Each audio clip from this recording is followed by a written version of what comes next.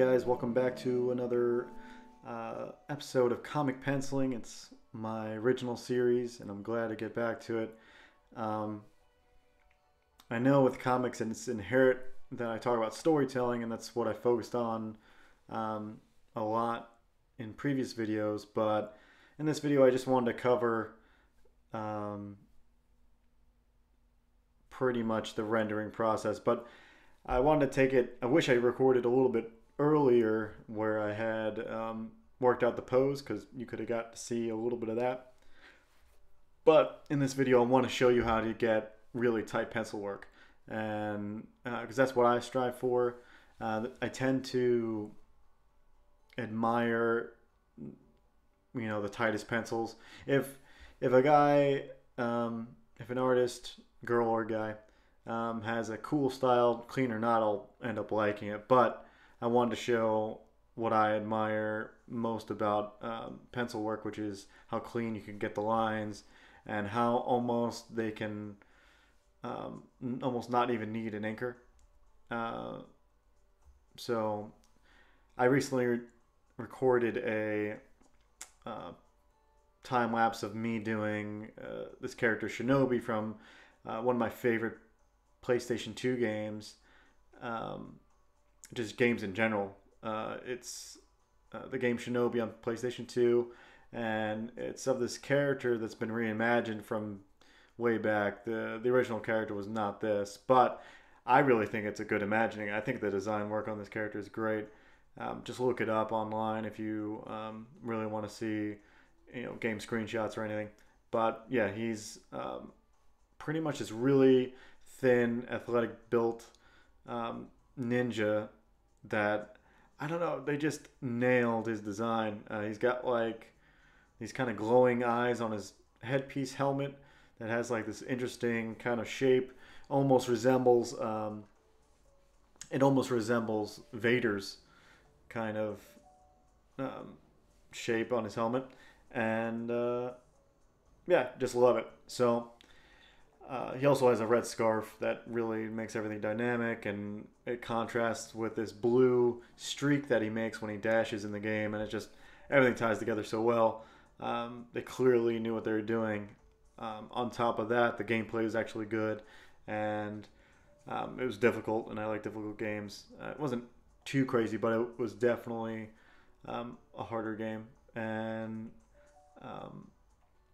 I just really love it. So I thought of doing some comic pages for it, like doing some fan art, comic storytelling. So I probably will get to that. But here I just did just a pinup kind of pose, my first real pose, trying to get them right, and I think I got pretty close. So let's get to the business of the video. I wanted to cover a few things, and I wrote down a few things that I don't forget. Well, the whole point here is I want to take you from where I started in a rough stage to cleaning up and getting some finished pencils.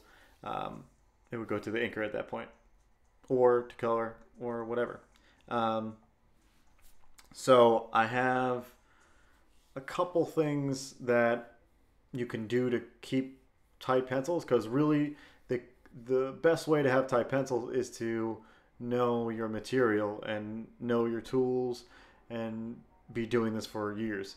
And that just comes with practice. That just comes with you know, time and mileage.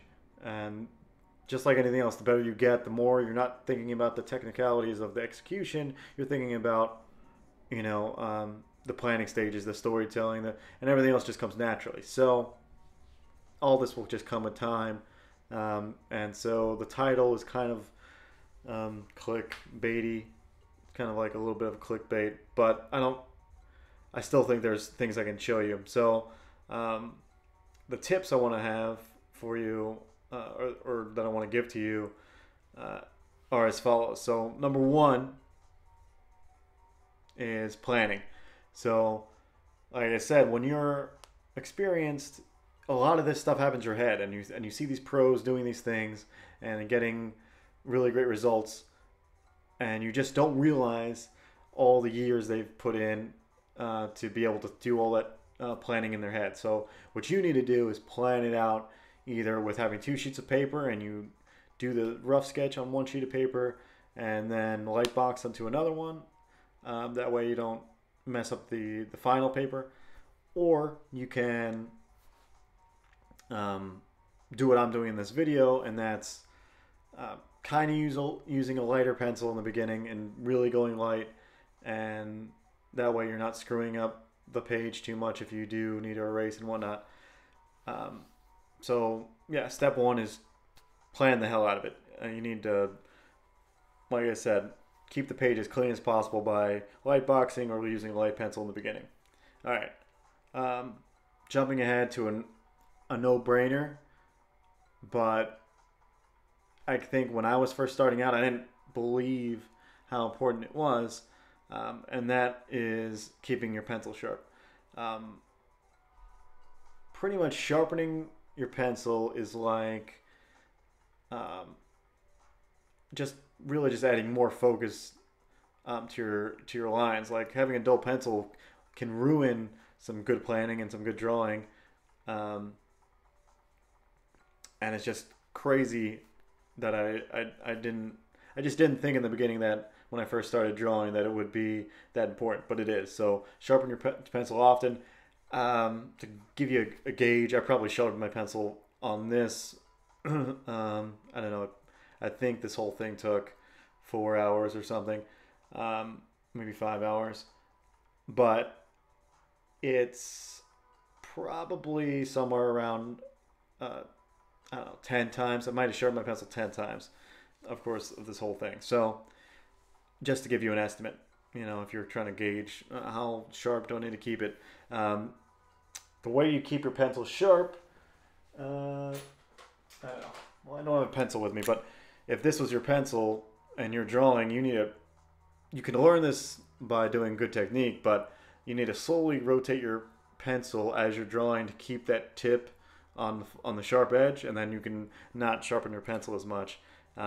It's a good way to not be constantly sharpening. So as you can see in the drawing, it's starting to get tighter and tighter, and I consider this drawing a 3rd generation drawing. And if you're a fan of Feng Zhu, which is he's a concept artist, he's got his own school, his own studio, and he's pretty much an overall art badass, from way back in the day till now. He's still doing work for entertainment, design and whatnot.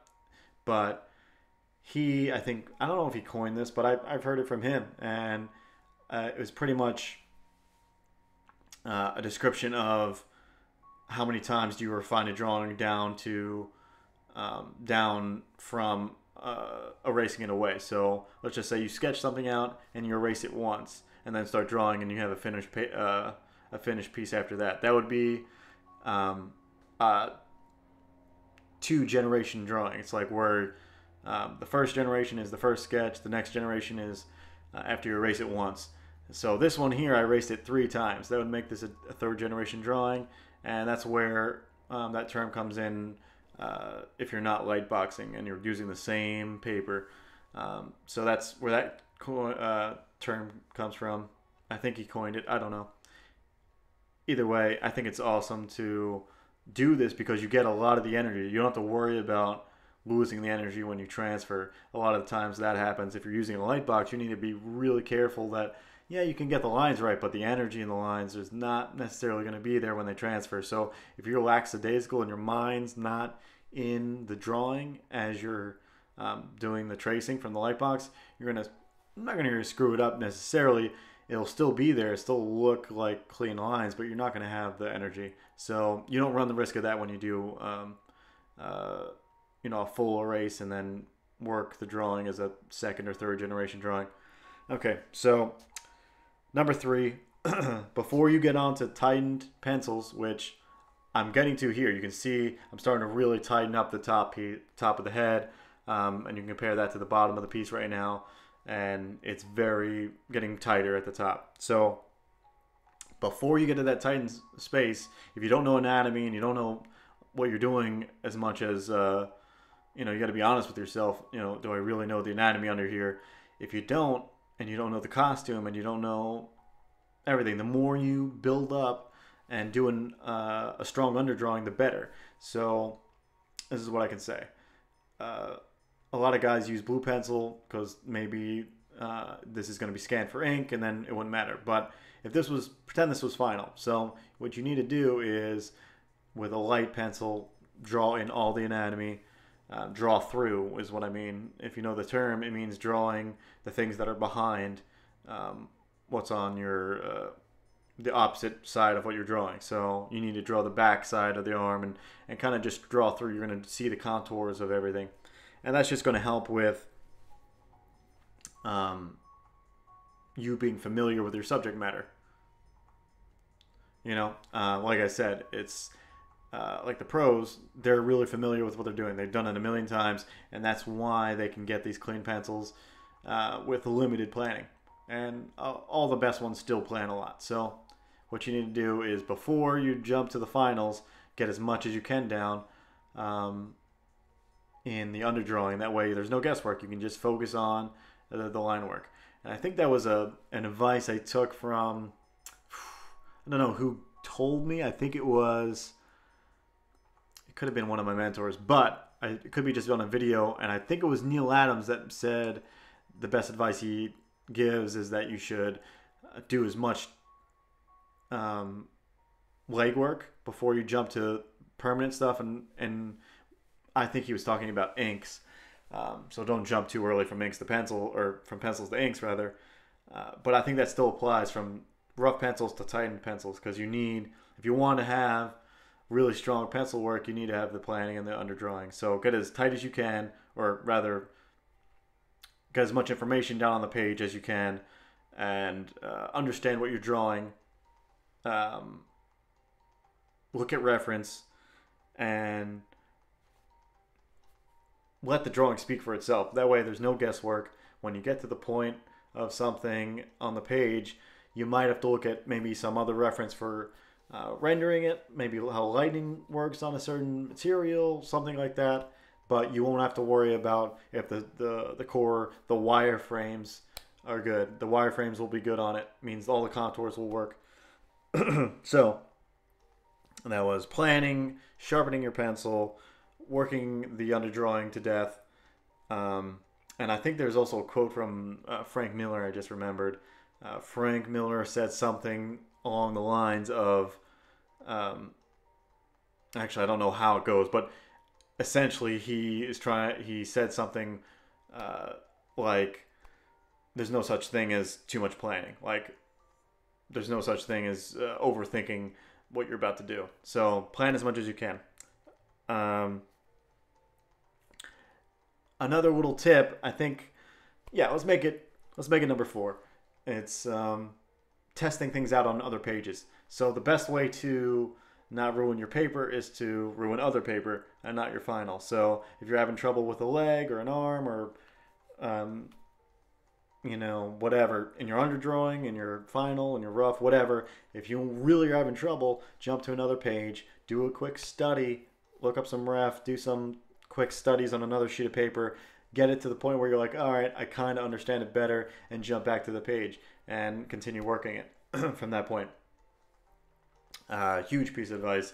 Sometimes I even draw it kind of clear on another sheet of paper, and put it on top of the other one and see what it looks like. And if it looks okay, then you're like, okay. And, you know, it's a good way of testing things out. Like in a digital form, you wouldn't have to do that. You could just turn off the layer. But on traditional media, that's a good way to do. You put a paper on top. What does it look like? Great. It looks good. So you draw it for real. Now, I got the last thing written down.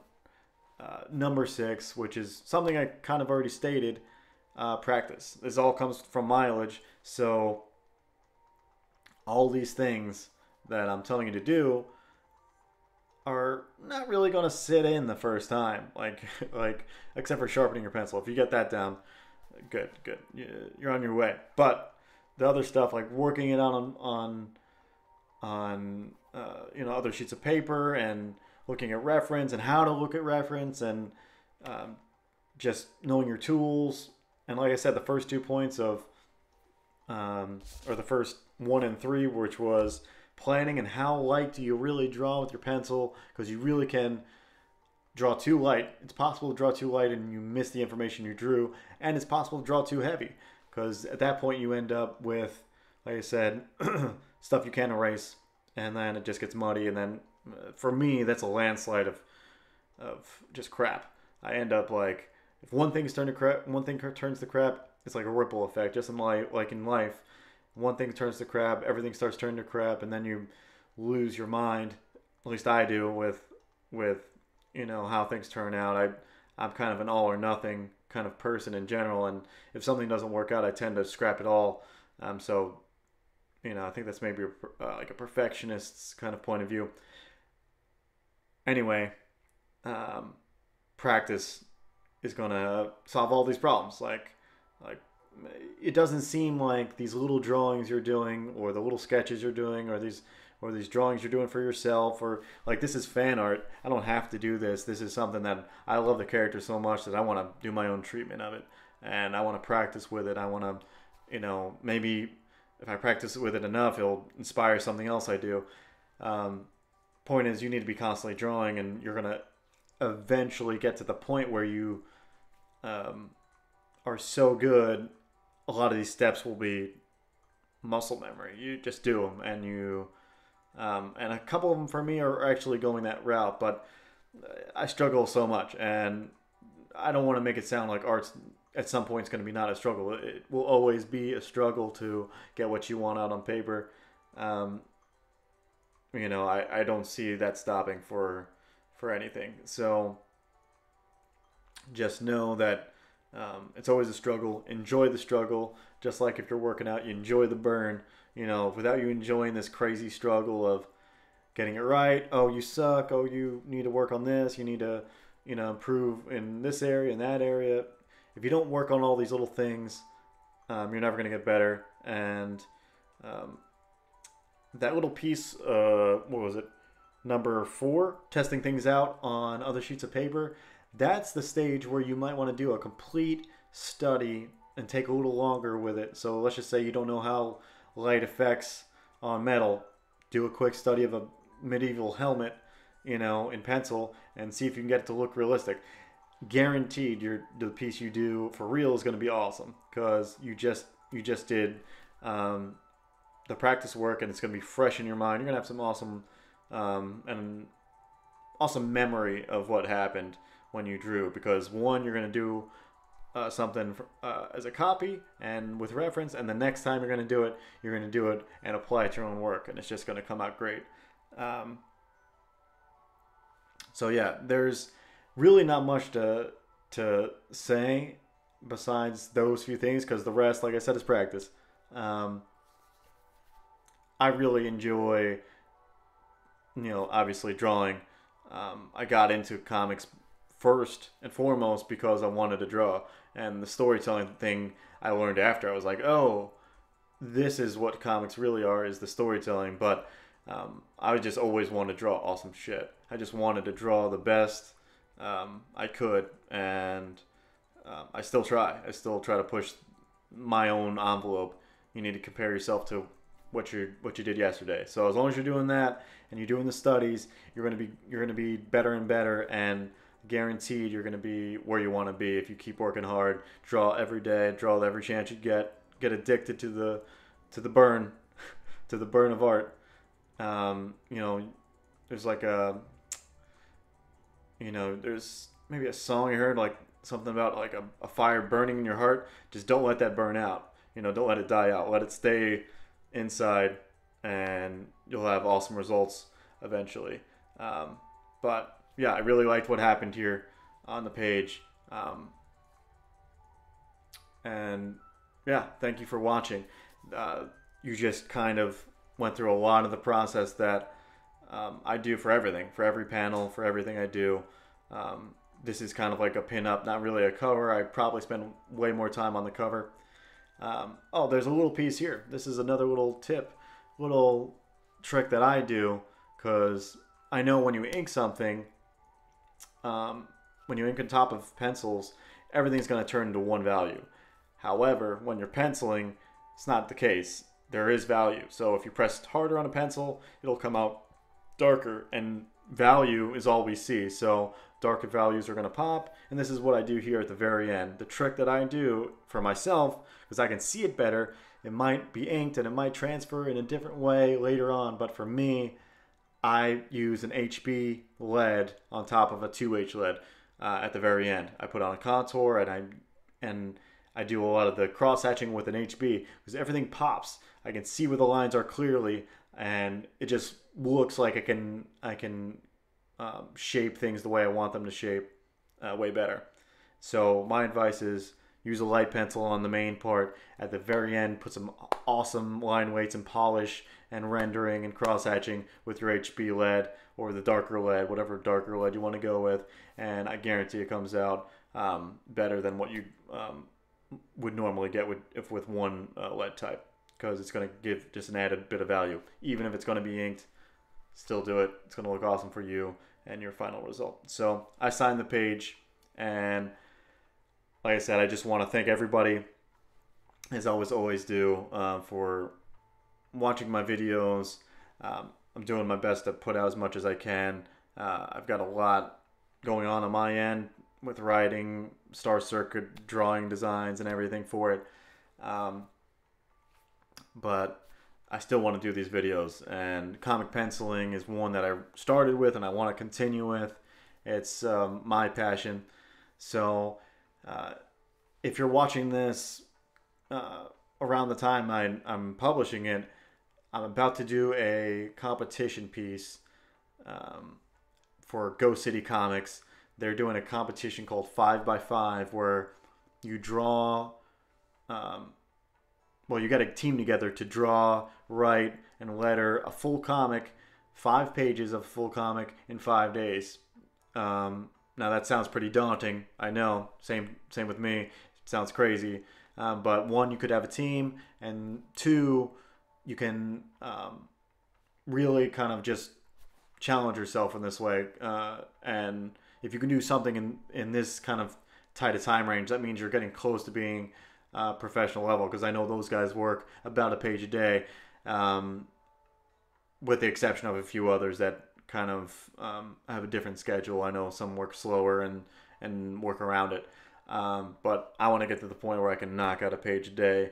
Not with ease, but with more ease than I'm doing now. So I think it's going to help me out a lot. I'm actually doing this solo. So I think with all the writing I'm doing for Star Circuit and all the drawing and storytelling I'm studying, which I've just been doing constantly for months and months, I'm ready to, I think I could write an awesome story and draw it in 5 days. So I'm super psyched for it. That's the 7th through the 12th of February. It's a weird month. But they judge it around the 20th, and so we'll know soon. I think there's a first, second, and audience award.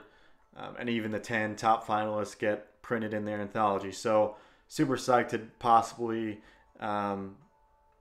get printed or just be a part of it and learn a lot. At the very worst case scenario, I'm just going to learn a ton. So, and I won't make those mistakes in my own book. I'm just like so psyched for this. And I hope if you're watching this early or around the time I put it up, you go do it too. And I'll see you when you post your 5x5.